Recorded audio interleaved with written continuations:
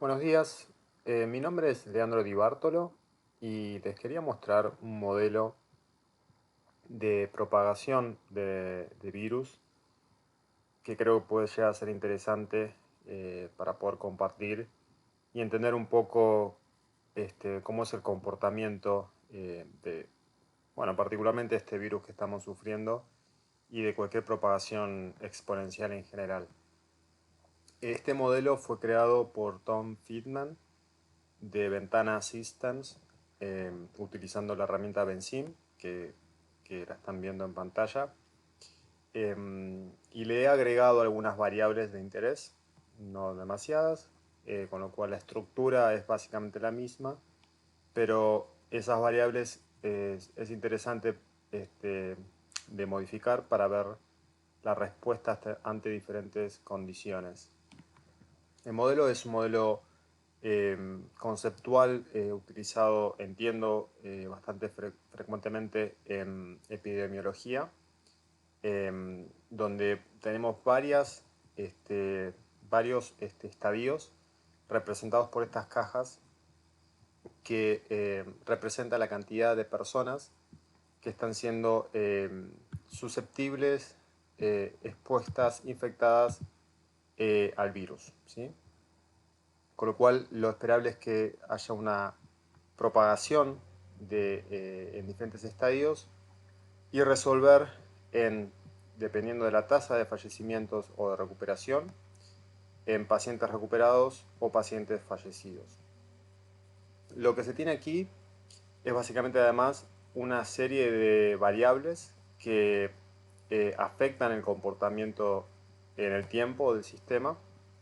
En primer lugar tenemos la tasa de transmisión, ¿sí? Que depende fundamentalmente del R0, que es el concepto cual indica cuántas personas un individuo puede contagiar. En el caso del coronavirus estamos alrededor de 3 en promedio. Entiendo que se puede variar entre 2.2 o 3.9, dependiendo los reportes que han llegado. Este, la tasa de transmisión afecta o influencia la tasa de infección, eh, la cual luego hace mover de alguna manera la población susceptible a expuesta, y esta población expuesta asintomática, una vez que ocurre el tiempo de incubación, que en el caso del coronavirus es de 5 días, se transforma en población infectada. La población infectada inicia con un caso, esta simulación vamos a empezar con un caso importado y luego evoluciona hacia, como decíamos antes, casos de fallecimiento y casos de recuperación.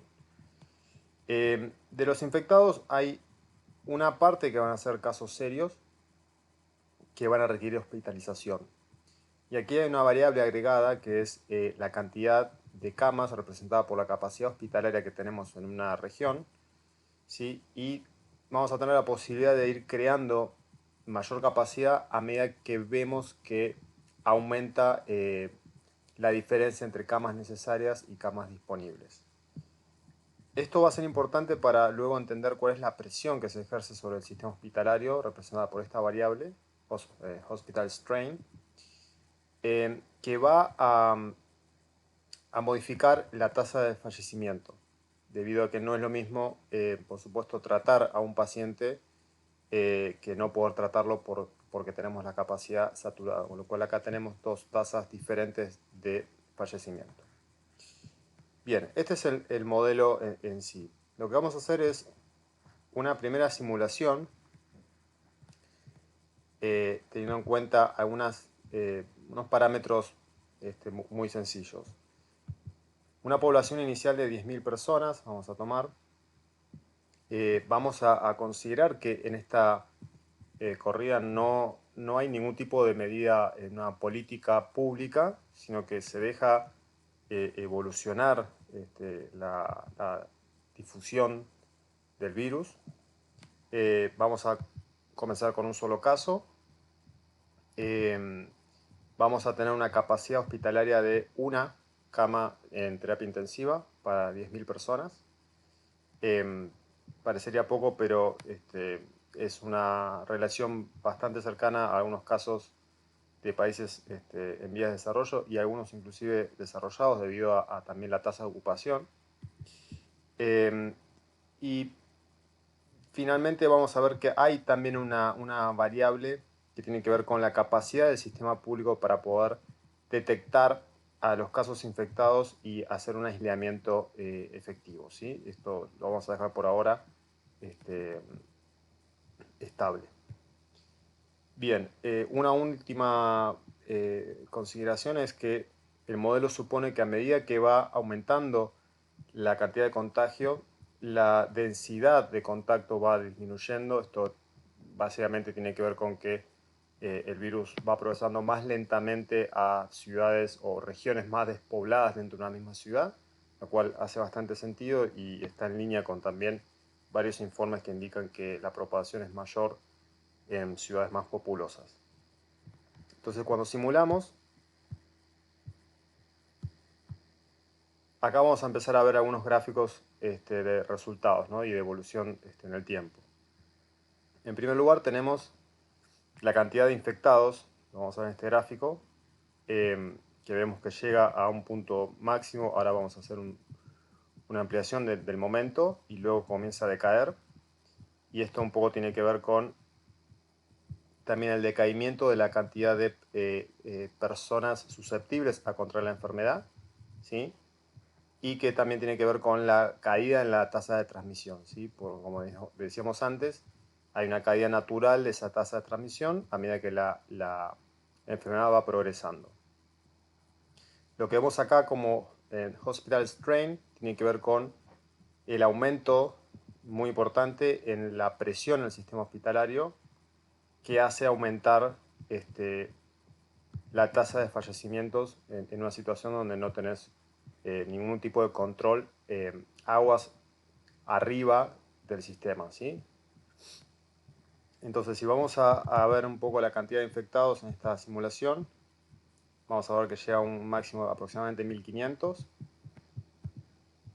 y el momento es alrededor de 75-80 días luego del primer caso, ¿sí? Esta es la progresión. Bien, por el caso de las muertes, fallecimientos, otra variable que por supuesto es de interés, estamos alrededor de las 700 muertes, llegando a el máximo alrededor de los 200 días, ¿sí? La progresión, dentro de todo, lenta, en función de lo que hemos visto en otros casos, pero bueno, tiene que ver mucho también con la población inicial que estamos teniendo de 10.000, por supuesto es una población baja. Bien, este es el primer caso. Ahora sabemos que tanto gobiernos como ciudadanos están tomando diferentes medidas. Una de ellas es la cuarentena, ¿sí? Entonces vamos a tratar de simular ese escenario. Vamos a llamarlo quarantine. Y vamos a suponer que la cuarentena empieza inmediatamente luego de confirmarse el primer caso, ¿sí? Con lo cual, las variables de cuarentena las tenemos aquí, son estas tres. Vamos a suponer que la cuarentena tiene un grado de efectividad del 75%. Esto tiene que ver con que no todo el mundo cumple con, no solamente la cuarentena, sino también con las medidas de prevención de distanciamiento social, de higiene a través del alcohol en gel o otro tipo de medidas. La duración de la misma vamos a suponerla en 45 días y el tiempo de reacción, el momento 1, que es cuando se detecta el primer caso. Entonces, con esas variables, por ahora en ninguno de los dos casos hemos previsto el aumento de la capacidad hospitalaria, lo podemos hacer al final. Entonces, simulamos. Y lo que vemos acá es un resultado que, viendo el modelo conceptual, es bastante intuitivo, que tiene que ver con que la cantidad de infectados termina alcanzando el mismo valor anterior, pero es está desplazado en el tiempo. ¿Sí? ¿En qué tiempo? Bueno, en el tiempo en el que dura la cuarentena, donde nosotros tenemos la población susceptible, al menos con un 75% de efectividad bajo esa cuarentena, la tasa de transmisión, la vemos en la línea azul, es muy baja, ¿sí? Pero luego se dispara al momento de eh, terminar esa cuarentena. La podemos ver un poquito más en detalle. Que aquí en el tiempo 45-46 aumenta debido a que se ha terminado esa política, ¿sí? Con lo cual, básicamente el resultado es, hemos ganado tiempo, los resultados son los mismos, desplazados el tiempo de la cuarentena, ¿sí? Muy básico este análisis, debido también a las políticas que estamos implementando, que son solamente una aplicación de la cuarentena. Bien. Ahora, lo que podemos ver también es qué pasaría si yo, además de aplicar esa cuarentena, en el tiempo que dura, construyo capacidad. ¿Sí? Entonces vamos a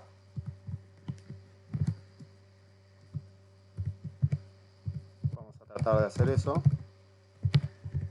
Vamos a renombrar esta simulación como cuarentena al momento cero y construcción de capacidad. Y lo que vamos a tratar de hacer es, ahora voy a poder hacerlo, voy a poder construir más camas, vamos a darle los mismos parámetros a la cuarentena de 45 días, comenzando en el tiempo 1. Y voy a decir que voy a construir más camas con un retraso de aproximadamente 15 días. ¿Sí? Bien, vamos a simular. Y ahora sí vemos una diferencia importante. ¿Sí? Fíjense, nuevamente, vamos a ver la cantidad de infectados. La cantidad de infectados con esta última simulación es exactamente la misma que antes y representa la misma situación en cuanto al tiempo de la corrida anterior, ya que no estamos afectando el sistema aguas arriba, lo estamos atacando con medidas reactivas. Pero debido a que ahora tengo una mayor capacidad en mi sistema hospitalario, mi resultado final de muertos, de fallecimientos, ha disminuido. ¿Sí? Esto es lo que yo logro habiendo construido esta capacidad. Puedo disminuir mi resultado final. ¿Sí? Con lo cual acá podemos ver la variable de capacidad hospitalaria, que es construido alrededor de unas 100 camas para poder atenderlo. Por supuesto, esto debería ser pasado por un manto de realidad de cuál es la capacidad realmente del sistema de poder reaccionar. Y por otra parte, quizás acá habría que entender que la construcción de esta capacidad podría llegar a ser del momento cero, no del momento en el cual liberó la cuarentena. Pero básicamente la idea es, tengo mayor capacidad, aguas abajo del sistema, puedo atender mayor cantidad de pacientes serios, con lo cual mi tasa de mortalidad es menor, ¿sí? Mucho mejor que los casos en las líneas, las curvas rojas y verde, la curva roja y verde, que representan las anteriores situaciones. Bien, ahora me gustaría hacer un caso más en donde lo que voy a hacer es qué sucedería si yo demoro la aplicación de ciertas políticas públicas, como la cuarentena, de tal forma de aplicarla en un momento en el cual haya caído la cantidad de personas susceptibles a contraer la enfermedad, ¿sí? O contraer el virus. Que esto es un poco alguna de las políticas que han hecho algunos países diferenciándose de otros que han actuado antes. Entonces vamos a intentar realizar esa simulación, la vamos a llamar Quarantine Delayed, y también vamos a tener la construcción de capacidad. Y acá lo que voy a intentar realizar es vamos a simularla en forma en tiempo real.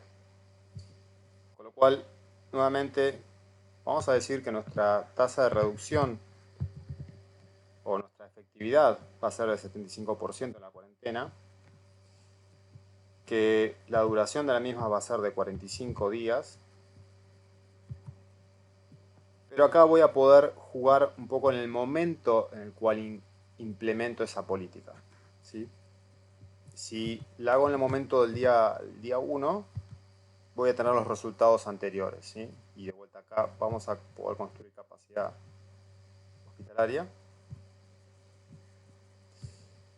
Déjenme tratar de...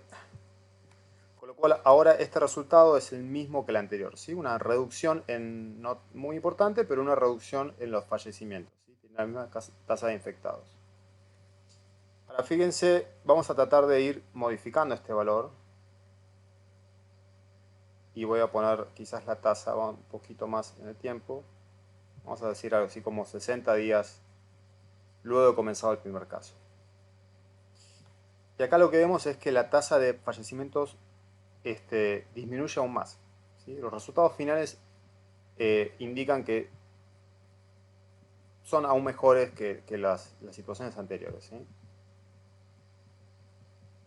¿Qué es lo que está sucediendo? Estamos atacando el problema en el momento en el cual,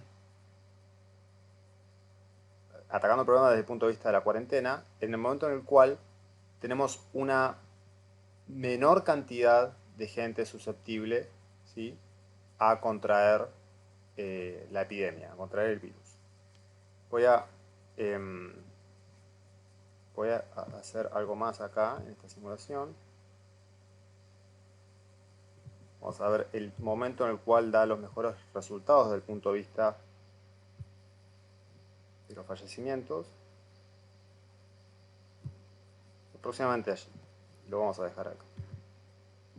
Entonces, vamos a ver la tasa de transmisión en primer lugar.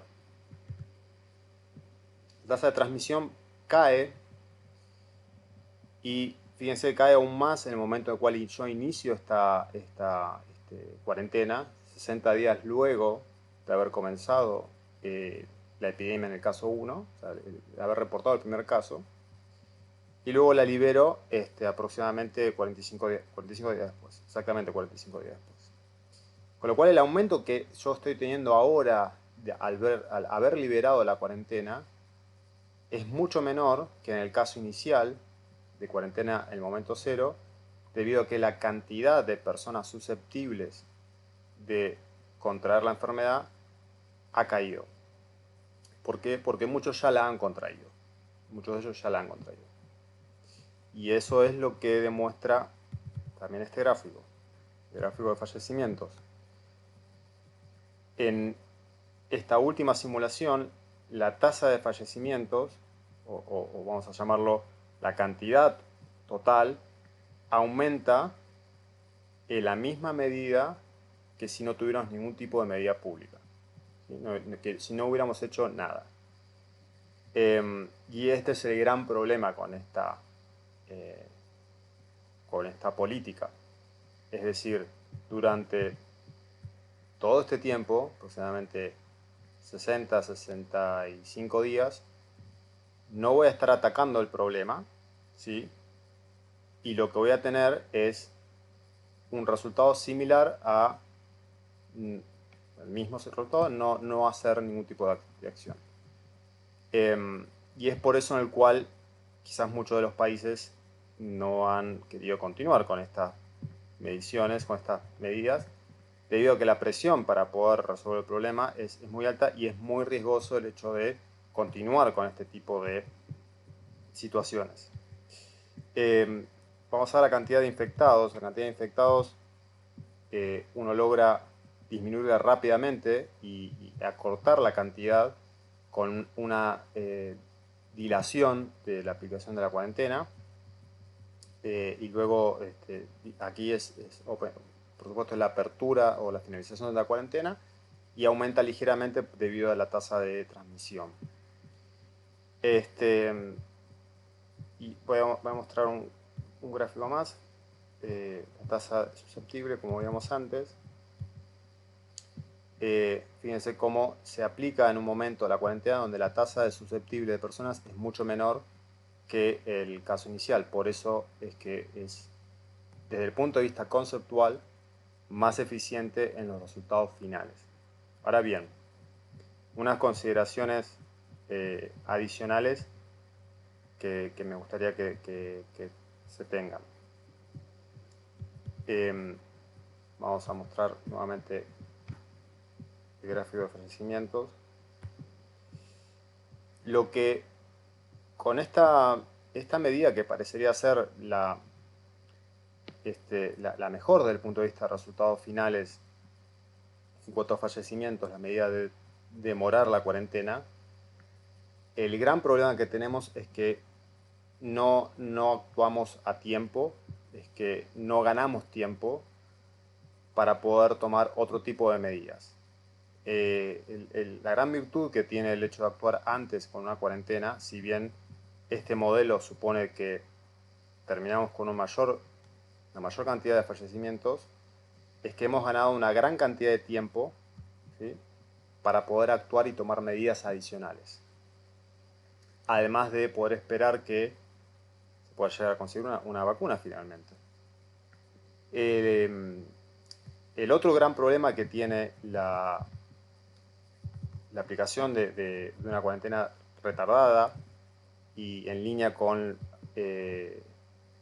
la inmunidad de grupo, la teoría de inmunidad de grupo, es que estamos suponiendo de que aquellas personas que se recuperan no vuelven al pool de gente susceptible, ¿sí? Es decir,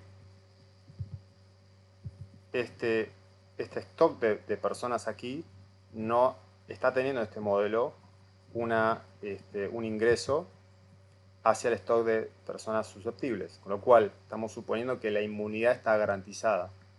Realmente no sé si eso es así. De vuelta, no, yo no soy profesional de la salud y desconozco si eso se podría llegar a asegurar.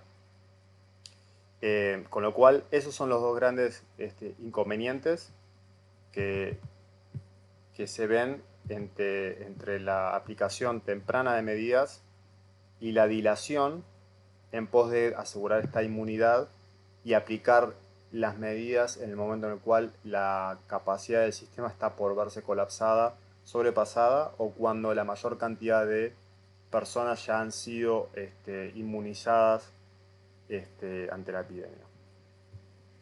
Bueno, espero que les haya sido de utilidad. Esto es lo que les quería mostrar y espero poder realizar algún otro tipo de modelo que tenga en cuenta algunas variables adicionales como el rango etario, y si es así, se los voy a poder mostrar en breve. Muchas gracias.